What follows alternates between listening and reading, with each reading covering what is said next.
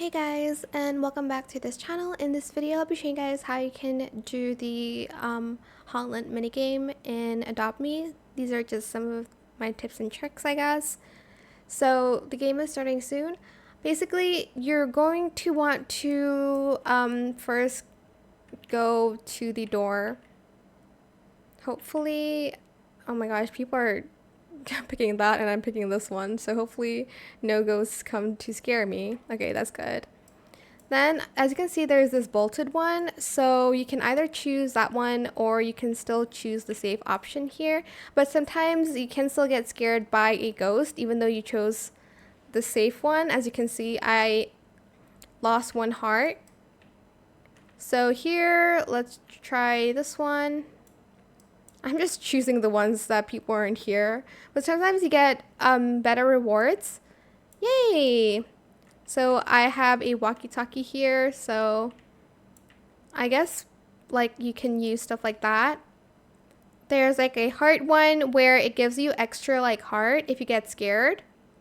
Oh no, I lost one heart again from fear. If one of the door is locked, you can just take out your key and then you can go through the doors that way.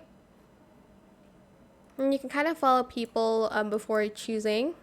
So here, I have this, so I'm just going to use that, and then I'm going to choose this door.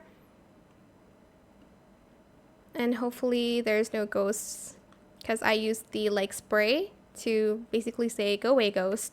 You can see, oh, but I did find nothing. And there's like a walkie-talkie where it can help you. I'm just going to choose this one over here.